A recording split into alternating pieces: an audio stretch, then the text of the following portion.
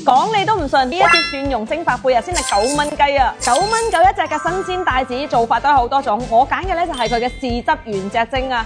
粉絲推薦，響三鄉咧有間粵菜館，呢度嘅海鮮咧真係平靚正抵食啊！而且佢就餐環境咧就非常可以喎，有室內嘅，有室外嘅。你見到我身後咧仲有個木屋啊，呢個氛圍感真係拉滿啦！有咩靚嘢推薦啊？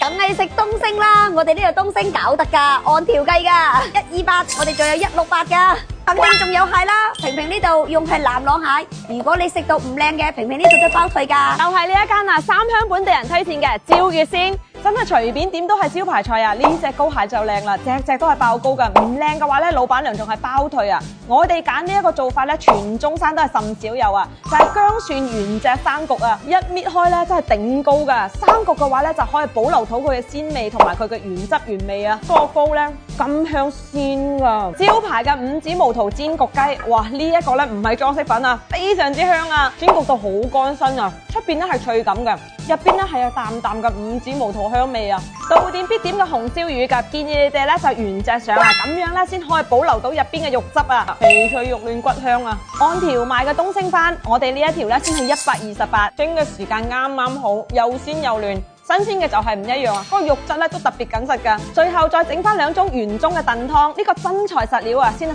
19蚊9一盅咋。哇，飲完個喉嚨舒服晒。響三鄉呢間招月鮮咧嘅出品啊，真係在線㗎，而且咧真係平靚正啊，難怪咁多港澳客咧係專程慕名而嚟。